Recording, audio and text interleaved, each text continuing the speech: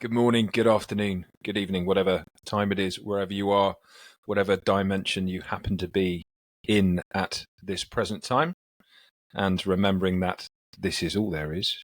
My name is Ben Hawkes with The Wake Up, and I am welcoming today my good friend Tom Godfrey, aka the Plank Man, who is a mindset coach par excellence, who is causing ripples of positivity on LinkedIn, which is where I found him. And we've since become friends because I've been following through on my New Year's resolution of actually meeting people in the real world, whatever that is. Tom Godfrey, welcome to The Wake Up. Thanks, Ben. Thanks for having me.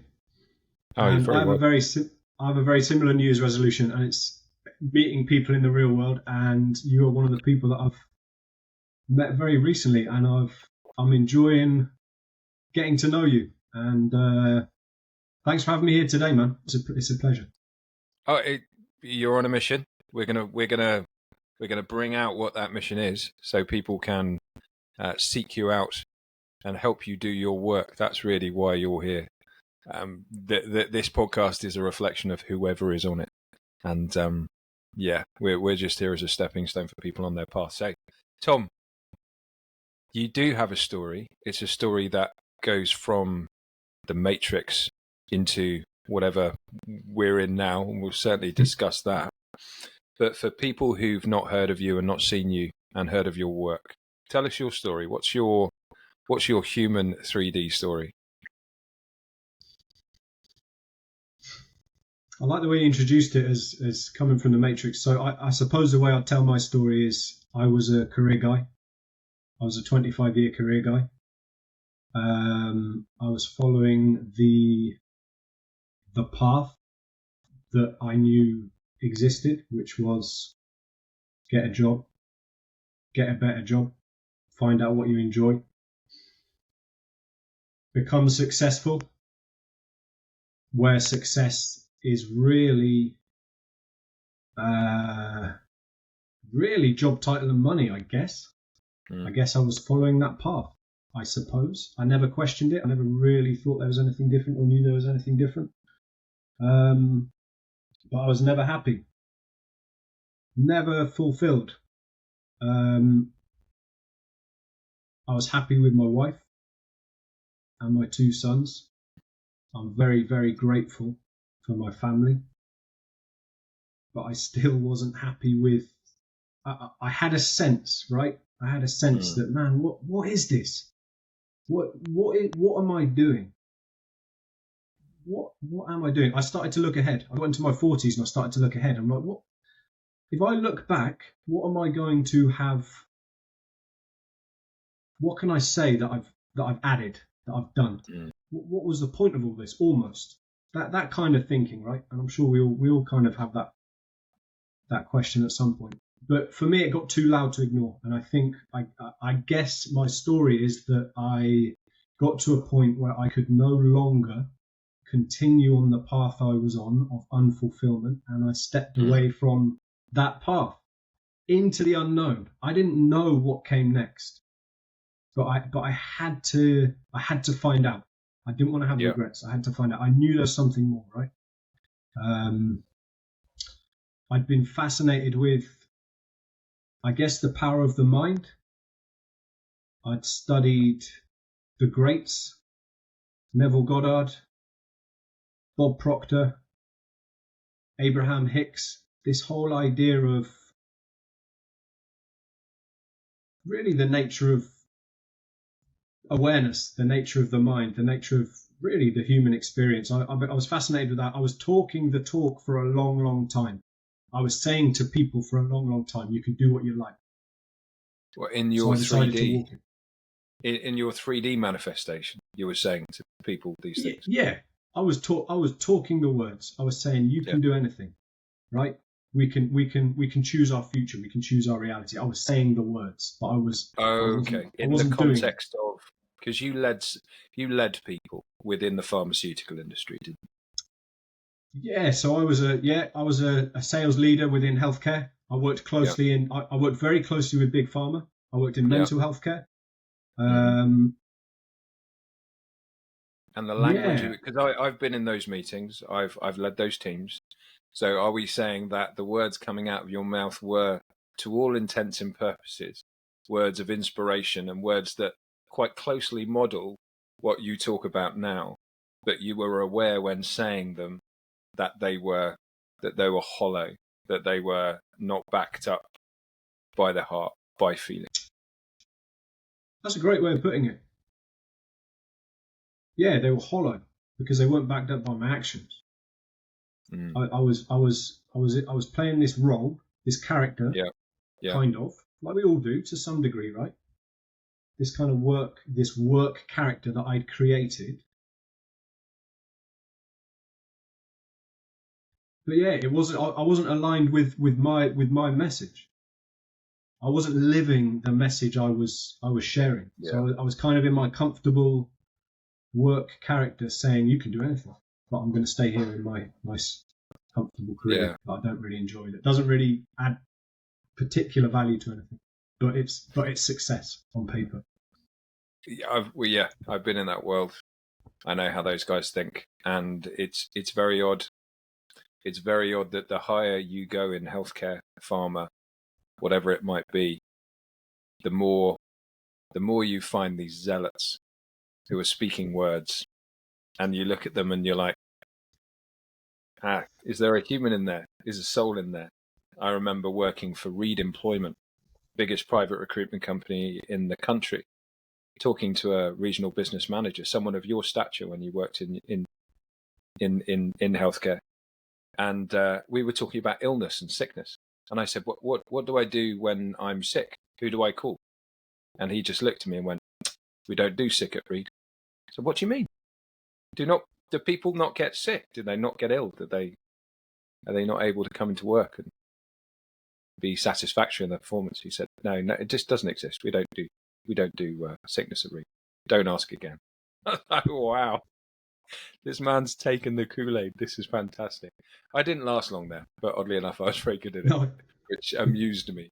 Now, I want to pick up on something you said close to the beginning of that particular portion, about your sense of unhappiness and being happy with your wife, being happy with your kids, but just feeling a dis-ease. Now, a lot of people at that point, and I don't know whether you did this, would have self-flagellated, saying, who the hell are you? Are your wife and your kids not good enough? And these kind of internal conversations might spark off, saying, is your wife not wonderful? Is she not beautiful? Are your kids not magical? Who the hell are you to want more than this? Does it mean you don't actually love your kids? Do you not love your wife? And I'm not talking about people having this conversation with you, man. I'm talking about the internal dialogue that sparks off when you're at this point in an awakening. Did you feel that? Did you have those conversations? Yeah, of course. Yeah, spot on. And that's the mind, right? That is the mind, that narrative. And that's the trap that I believe we all fall into. And that's kind of this whole idea that you've landed on here. This is kind of the principle that I've built my mindset coaching practice around, is this idea that you are not your thoughts. You are the observer of thought. Just that very subtle shift. So yeah, of course, thoughts, all of those thoughts would have happened. And the narrative of the mind is what we then falsely identify with. And, so then that feels like you said, self-flagellating. It feels it's like... It's a difficult word. You keep trying. It's a good word. Because we identify with the thought. So then we ask the question, is there something wrong with me? Yeah. Why do I feel like that? Why don't I feel happy? It must be something wrong with me. Other people appear happy. And then we make the comparison of how we feel on the inside with how others appear on the outside. And we're never going to win that comparison, right? No, we're not. We'll never let ourselves win that comparison because we're always pushing happiness over the cognitive horizon. We're offering ourselves a carrot and always with the stick of continued unhappiness. It comes back to the sales leader piece.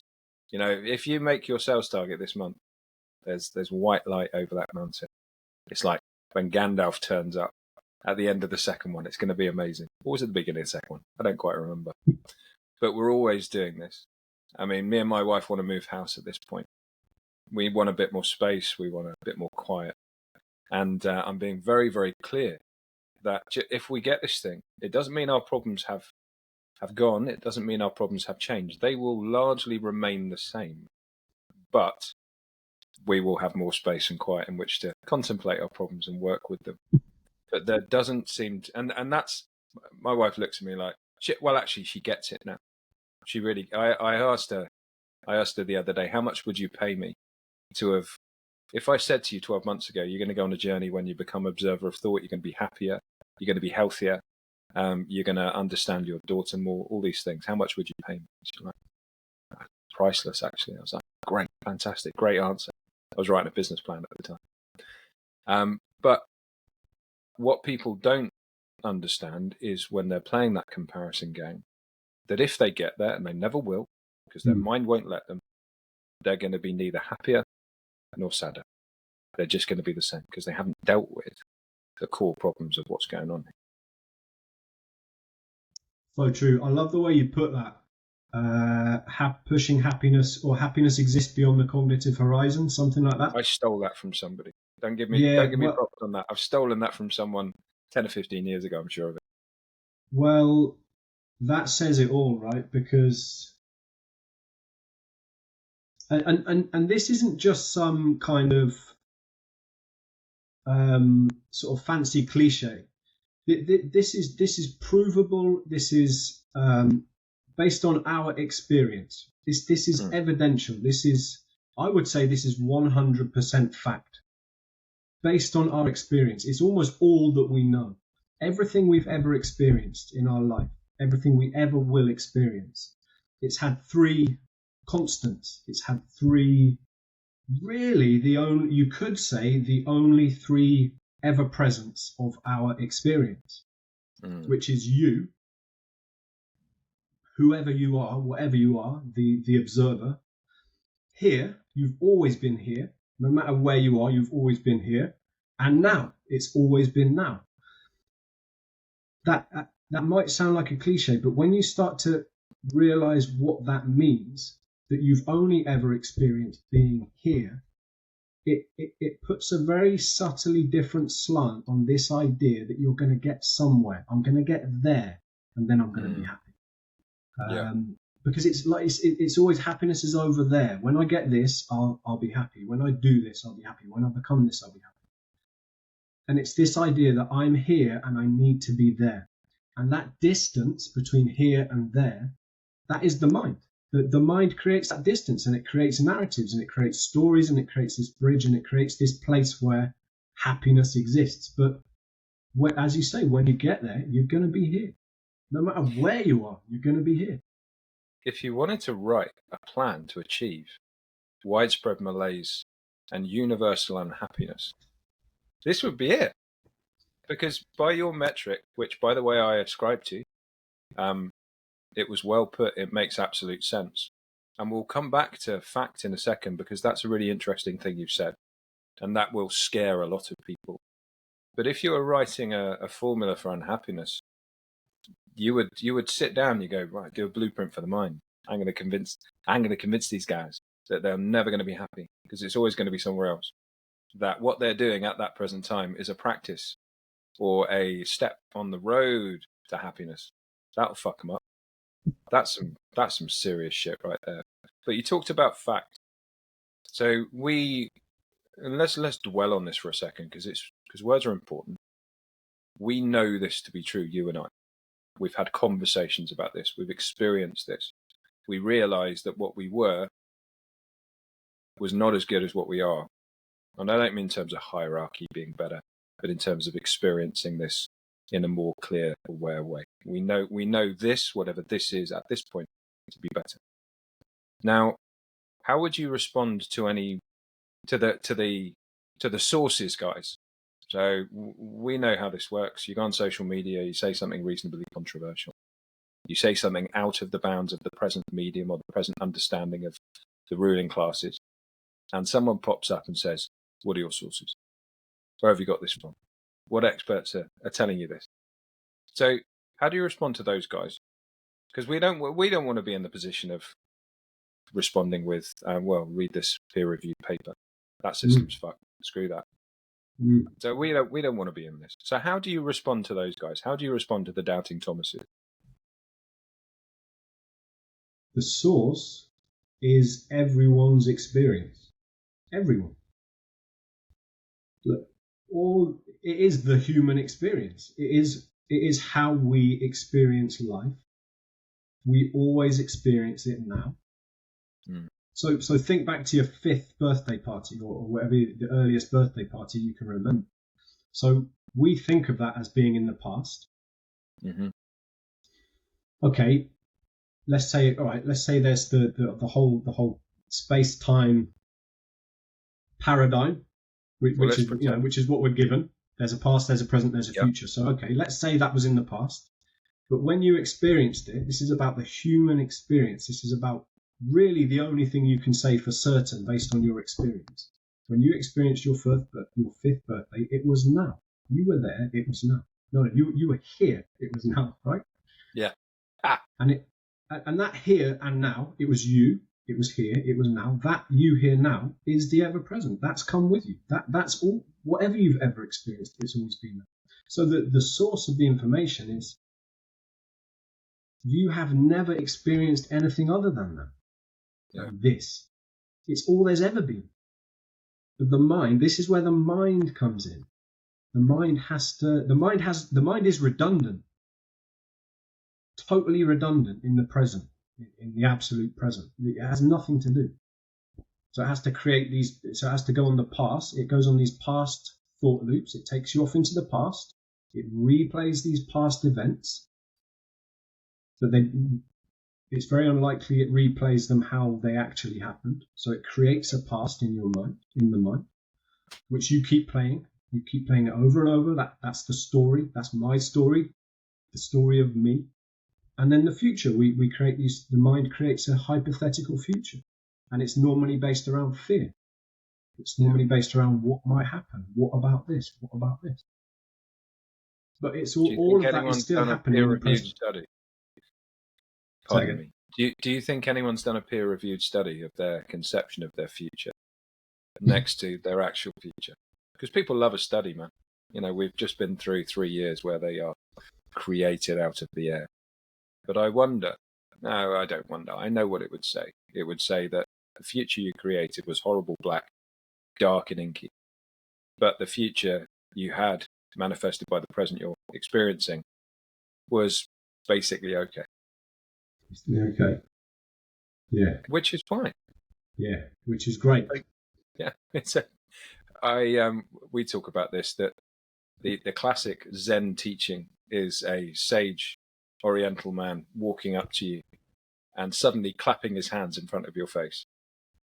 And and I have read that before, and I've read that in different versions of the present, going back on the linear path. And I've read that in the recent presence. And now it makes sense. It makes absolute sense. Because this is all there is. This is it. And we could stop the podcast there, really. Yeah. There's nothing. And we would have put the message across. Absolutely. This is it. This is it. And it always will be it. Yeah. That's it. Meaning comes to those words, finally. This is it. There couldn't be anything other than this. How could there be? These are questions to which there are no answer other than, I understand now. But we're not going to stop the podcast. No. We have work to do. Well, that's it, yeah. So tell us about, let's start putting this in the framework of what you deliver. So you have a 12-week journey with clients, is that correct? Yeah, 10 weeks, 6 sessions, 10 weeks. Right. So what's the general state of people when they come to you? Because to react, that some of the stuff you put on social media is, and LinkedIn is generally where you do your work, seems perfectly normal to me. And I'm not better or worse than anybody else, but it seems perfectly normal to me. Now, LinkedIn is not full of people like you and me, and pretty much anyone listening to this podcast, because if you're listening now, you've self-selected in a certain way. You're on the path in a certain way. But I don't know if that's true of people reaching out to you. So what state do you find people in? And answer the question, if you will, in the context of what's been going on these last couple of years.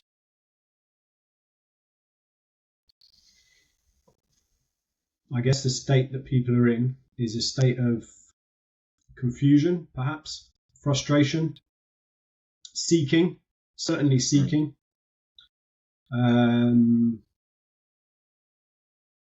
I think in the context of what's gone on in the past couple of years, there is, I think, something's going on around awareness. Kind of quite. It feels to me like some of coming back to LinkedIn. It feels to me like some of the topics that are now discussed on LinkedIn would have been dismissed a couple of years ago, totally dismissed, and now it seems like people are very open now to a lot of different topics that would have kind of been able to be dismissed as out of the box or fringe or something. I think the last few years have allowed a lot of people to shift their perspectives, consider things they wouldn't have considered before for whatever reason. I think it's allowed people to just say, "Whoa, hang on, something." I can now question some of my beliefs. I think that this is the heart of coaching, right? Is having the courage to question your beliefs. Because that's all it is. Because we believe we are a certain way. We believe we have certain limits. We believe we have stress. We believe we have no confidence. We believe we kind of put ourselves in this box based on our beliefs. And then, so the moment we allow ourselves to challenge our own beliefs, it's all up for grabs. Because all beliefs are just ideas. But we stop questioning them. Yeah. And what kind of beliefs are you finding in clients that turn up the first session? What are you deprogramming? Man, okay, so this is my biggest challenge in terms of, I guess, messaging the service of mindset coaching, because ultimately what we're doing is we are kind of deprogramming, like you said. It's putting everything on the table. It's almost challenging your sense of self, and that's scary. It's very scary. It's terrifying. Well, I've done it's terrifying. It causes. It is terrifying. It causes crying. I cried. I did it with a different process. I worked with Kern Frost at the Council for Human Development, but it's always the same process, and the magic isn't necessarily in the secret sauce. The magic is in the intent of both parties and the quality of the coach. I know you to be a coach of very high quality, but that's basically always what it is. It's saying, this is what I think I am, and then your partner, your co-pilot, saying, no, no, I love you, man, but that's not who you are. You're not your name. You're not your job title. You're not even your role as father. You're not even the fact you're a husband or wife. You're none of those things. So, and you just reduce it down. So what kind of responses do you get? How much crying and emotional explosions do you find yourself on the other end of? Yeah, so it can get very emotional in the coaching space. So the key of the core of the coaching relationship is no judgment. Yeah. Which allows self-compassion, which allows people to see themselves without judging themselves, right? And when we can see ourselves without judging ourselves, we can then say, okay, cool. What am I dealing with here? Okay, cool.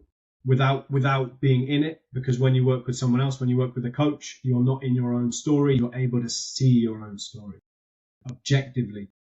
Clarity. It's just clarity. It's clarity without that attachment. Yeah. So yeah, it can be a very emotional process.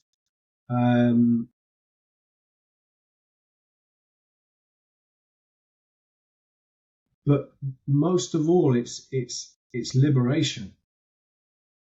It's terrifying. So the prospect of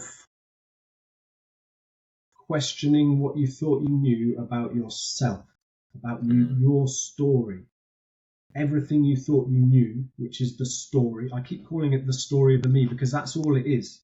We build these ideas, we attach these beliefs, these memories, these hopes, fears, likes, dislikes, strengths, weaknesses, everything. It's just stories. It's just all part of the story, and we think that is us. So that we get so attached to that, that's really scary.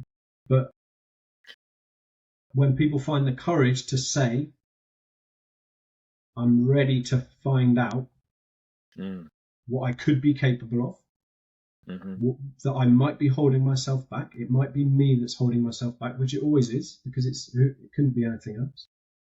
When people find the courage to do that, it's liberating. It's pure liberation, because it's liberation from the story. Something just occurred to me. If anyone ever wants to see this idea in action, go to a supermarket at a university town around the time when freshers descend on that particular town or city, and go to the cereal aisle. It's always the cereal aisle.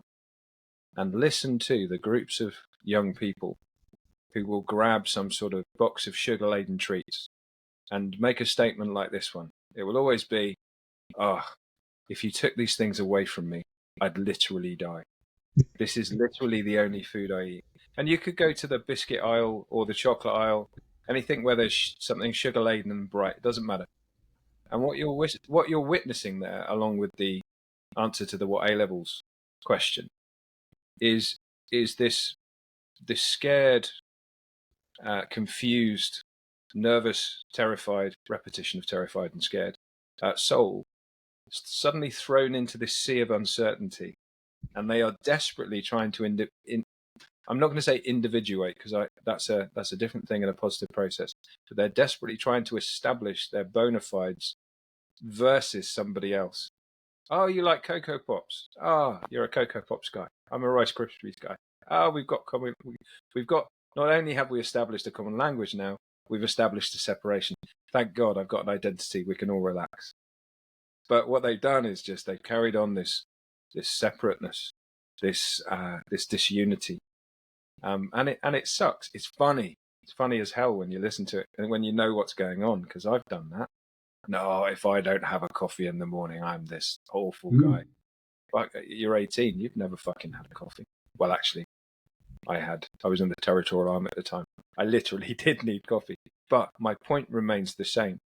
Even saying the TA, Christ, there I am. I'm trying to establish myself as a different person from you, Tom. Fucking separateness. Ridiculous. But we keep on doing it. We keep on doing it. It recycles. And that's the magic in the system of the Matrix. That is the magic. So good. So good. I just want to acknowledge that point, because that's a whole other layer to this, is the identification with separation. Yeah, I mean, absolutely, because then you not only become identified with this false story. When I say false, I mean it's real, because you make it real, but it's still a choice. It's still a set of parameters. It's still a set. Well, let's go through them. Let's help people about this real and imagined thing. But again, we don't really have to make a distinction between real and imagined when it comes to agreed upon fictions, because they're all fictions. The fact we agree on them make them a kind of solid, a kind of right, a kind of real. So let's look at the really big ones. Time. Real or not? Well, it's real in the sense that we have night and day. It's not real in the sense that you've never experienced. No one has ever experienced past or future. Correct. There's no evidence for past or future. We experienced something 5 minutes ago, but we can't. The idea that we're moving along a linear timeline, that the whole space-time paradigm, I would say we've never experienced anything. We've never experienced past or future. No, we've experienced a version of it that we've constructed. My wife did her dissertation on witness statements and ID lines and how massively flawed they were as mechanics to bring out something called the truth to compare with somebody else's recollection, usually in the uniform. And she found that it just didn't make, half the stuff they thought of didn't make any sense whatsoever. It was just garbage, basically, useless, evidentially, and certainly useless in the quest we're on at this point. Well, they created it. Yeah, well, they created at least half of it. Yeah, it was right. Okay. like it had a 5 at the beginning of it. But again, how did she know that? Well, how do you even get that? Because all you're doing is comparing it to other people's recollection of the quote-unquote past. So how do you arrive at truth? I don't know, actually. How do you arrive at truth? Well, that's everything, right? And, we've chatted about this, but the truth is the only thing that we can, that stands firm. It's the only thing that can't be manipulated, it can't be filtered, it can't be changed, it can be added to or taken away from, but it doesn't change it. So truth really is this. I didn't want to clap too close to my microphone. So what are we reduced to? Reduction sounds negative. One of the challenges I've always had a dream. I don't mean a dream while I've been in the process of sleeping. An idea based on the life of David Grohl, who now I don't like so much because he forced people to have the jab to go on tour. But when David Grohl left his house to go on tour, he left his house wearing nothing but t-shirts, jeans, socks, trainers, pants, with a credit card in his back pocket. Fantastic. And living like that, you must feel a certain lightness, a certain emptiness. Where emptiness occurs, it just gets filled up with love. So I thought, wouldn't that be brilliant? And I'm not going to talk about myself. I'm going to pose something that includes me, and then throw it back to you to see if people come to you with these problems. But I carried a lot pre-2021. I carried political beliefs. I carried a certain way of walking, of holding myself, a certain mode of operation, a certain type of person I associated with, a certain self-identification of what social class I was in, what intellectual class I was in. I was a member of a club that was private and exclusive and indicated to anyone who knew it that I was one of them, that I was in the club. That to me had value. I was a member of a political party. I read print media in line with the political party I was a member of. You can probably all guess which political party that was. And if you care, I'll tell you it doesn't matter because they're all the same. Mm. So what do people turn up to you with? What kind of baggage are they carrying? Well, all of that you described there, right? It's all the same thing. It's all back to what we spoke about at the beginning. This idea that I have to get somewhere that isn't here, and all of these things and these attainments and labels and achievements and comparisons, and it's all on the quest to find something that isn't this. It's kind of the great trick.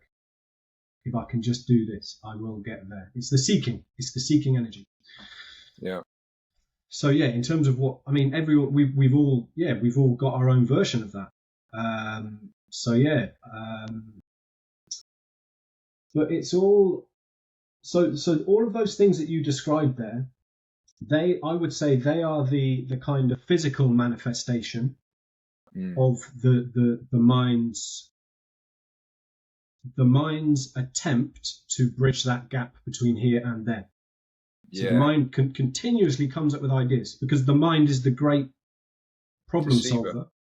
Oh hell, man, the ultimate deceiver. But it's a fantastic problem solver. You give it a problem, it will solve it. It's what it does. But it also creates. It sees this gap out of here and there which we never find. Yeah. It's constantly trying to fill that. So it's like, if I do this, and it will just never stop throwing ideas at you, things to do to fill the gap. So those things that you discussed there, that you shared there, they're just manifestations of the attempt to fill that gap. And that's what we're all doing, because that's what we're given. That's the idea we're given.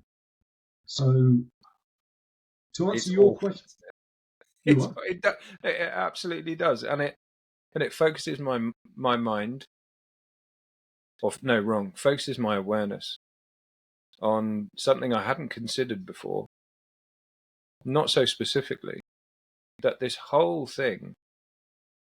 Now, why would we create something like this?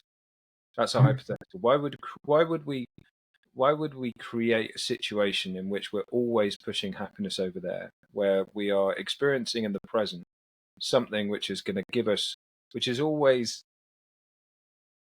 delaying gratification. And by the way, we've talked about consistency and doing things in terms of the work and practices that will pay off in the future. But that's okay, because you're part of the process and you're enjoying the process. But again, if you wanted to create a super weapon, if you wanted to create a neural prison, a perceptive prison, to stop people from finding genuine, true, lasting happiness, contentment, and bliss, this would be it. This idea would be it. So,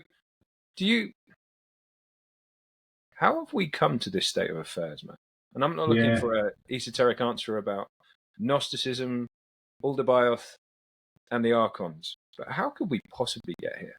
Yeah, I got no idea. I'm not a clue, right? Not a clue. Doesn't really matter though, does it? It's nice. No, it doesn't. Fun to pontificate. Yeah. Because this is where it goes. Is the nature of reality, the nature of human existence, the nature of consciousness. This is where it goes next. Ultimately, this is where all seeking goes. Yeah. When we stop seeking out there, we stop the external peace, we start the inward peace.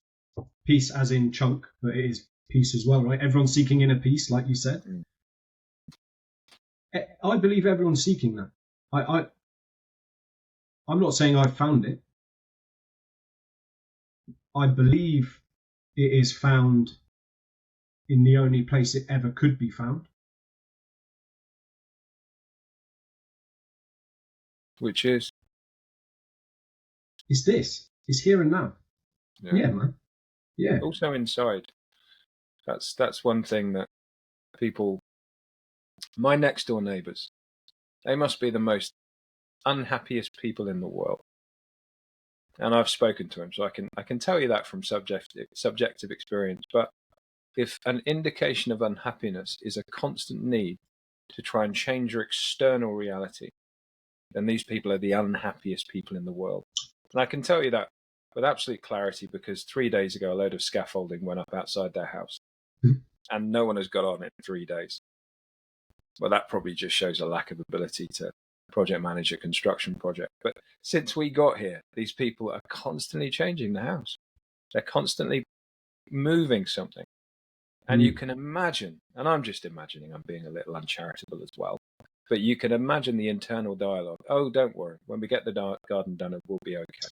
When we get the roof done, we'll be okay. When we remodel the house, we'll be okay. When we get rid of those fireplaces, we'll be okay. But the sick joke of it all is that, and this is, I suppose this comes back to this internal war about the nature of our happiness and why we're not happy with what we have vis-a-vis kids, husband, wife, love, these things. That the truth is, well, I'm going to say what I believe the truth is. Let's have a conversation. The truth is that God is within us all, that if we can, but what keeps us from recognizing that God is within us all, sorry, the subtitles on TikTok won't pick that up properly unless I repeat that. And in front of us is this trial of 100 years, or 120, depending on which part of the Bible you're reading.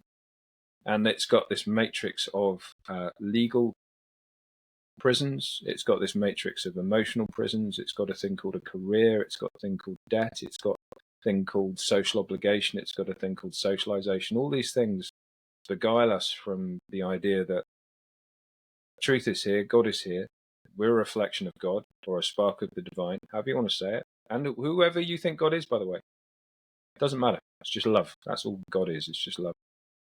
And that if we all just stop, think, and accept that, everyone will be happy, right quick. But people don't. And it's the litter picker thing. Now, what do I mean by that? What I mean by that is the unhappy mind, if they see someone doing good, will think, haha, I know how this world works. You wouldn't catch me doing that. And they think they're ahead. But then think of the litter picker. Well, the litter picker is doing something selfless. The litter picker is helping others and helping himself or herself or they self. We don't discriminate on this podcast. I'm joking. Yes, we do. There's only man or women.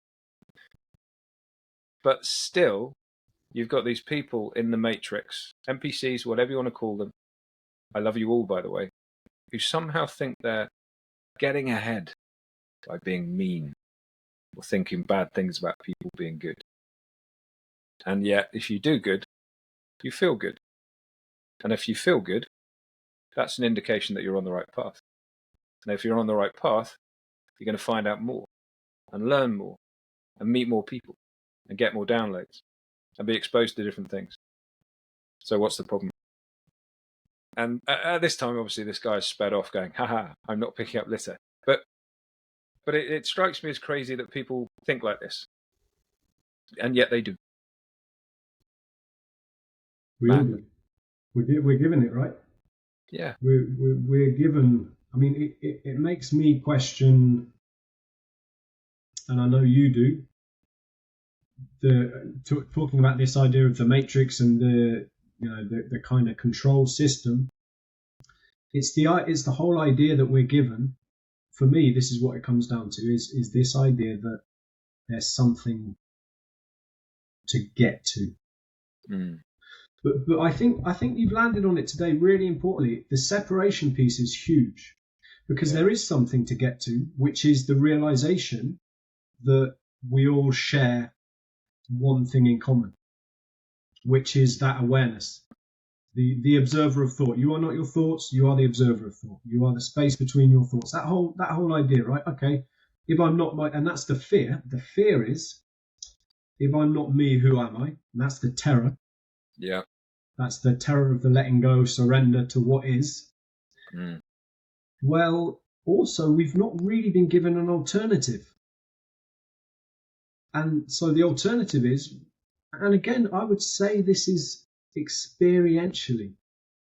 We can all speak to this. We can all say, okay, if I just sit still and pay attention to my own thoughts and just take that one idea, I'm not my thoughts, I'm the observer of thought. Okay, let's just play with that idea and see what happens. Very quickly, you open up to the idea that, well, if I'm not my thoughts, and it becomes apparent very, very quickly, you are not your thoughts. You don't have any control over your thoughts. They pop in and out, right? Some of the things that pop into your head.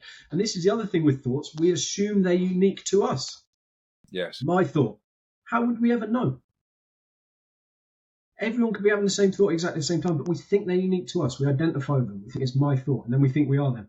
So even that one shift, right, back to the observer of thought. You're the observer of thought. Let your thoughts come and go. Let them pass through the blue sky of mind like clouds.